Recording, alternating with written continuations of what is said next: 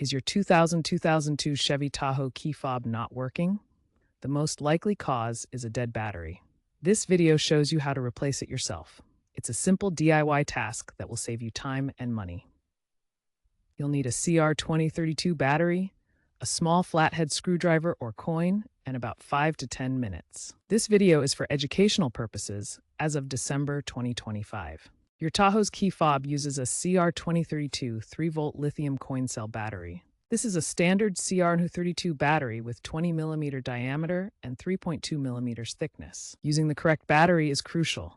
Incorrect types like CR2025 may cause fit or functionality issues.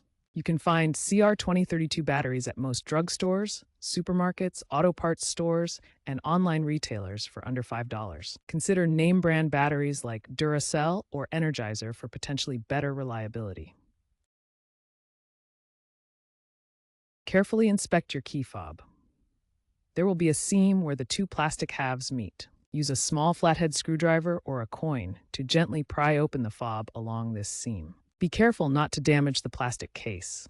Some fobs might have a small screw holding them together, so check for that first.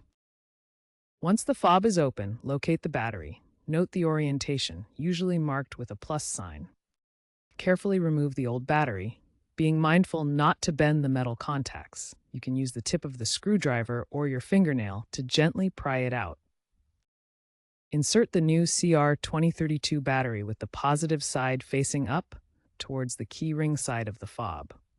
The battery should be securely seated in the compartment, making good contact with the terminals. Carefully snap the two halves of the key fob back together. Make sure the case is fully closed and that all the clips are engaged. If there was a screw, reinsert and tighten it, but don't over-tighten to avoid cracking the plastic.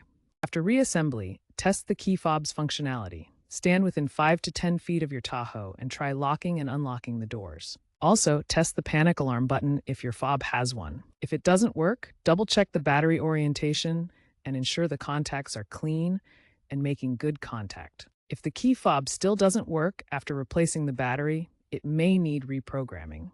Consult your vehicle's owner's manual for step-by-step instructions on reprogramming the key fob, as the process varies by model. Also, dispose of the old battery properly at a recycling center to prevent environmental harm from lithium waste. Consider using rechargeable CR2032 batteries to reduce waste and long-term costs. These can be reused multiple times with a USB charger.